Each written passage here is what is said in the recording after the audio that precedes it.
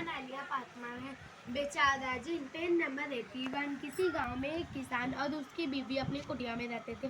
कुटिया के करीब ही इनका खेत था। उनकी कोई औलाद न थी। वो दोनों मिलजुल कर हल जोतते, बीज बोते और फसल उगाते। एक दिन किसान के एक कोने में पौधे लगाने के लिए खुदाई कर रहा था कि अचानक टन की आवाज़ हुई।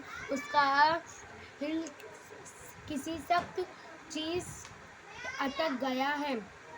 उसकी बीवी ने जल्दी जल्दी मिट्टी को निकालना शुरू किया।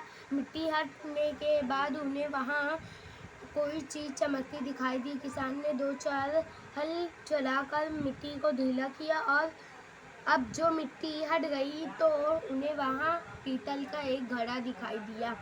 घड़े का मुंह कपड़े से बंद था। इसी ख्याल से किसान की आँख चमक उठी। उसकी बीवी ने कहा, कह कर इसमें कोई खजाना तो नहीं। खजाना? कैसा खजाना? बीवी हैरान थी। किसान ने बड़ी हैरत से घड़े को बाहर निकाला और उसके मुंह पर बंधा हुआ कपड़ा खोला। घड़े के मुंह पर खुलकर ही सूं सूं की तेज आवाज सुनाई दी। साथ ही इसमें से गाढ़ा गाढ़ा धुआं निकलकर ऊपर उठने लगा। फिर इस धुएं में एक शक्ल दिखाई दी। अब जो उन्होंने देखा कि उनके सामने एक लंबा तड़ंगा जिन सीने पर हाथ बांध कर खड़ा है। डर के मारे दोनों का बुरा हाल हो गया। डरो नहीं आका, मैं एक जिन हूँ। ये सुनकर दोनों थर-थर कांपने लगे। आका, मैं इस घड़े में कैद था। जिन बोला, तुमने मुझे आज़ाद किया, अब मैं तुम्हारा गुलाम हूँ। जो मांगो चाहो मांग लो। किसान की हिम्मत बंधी।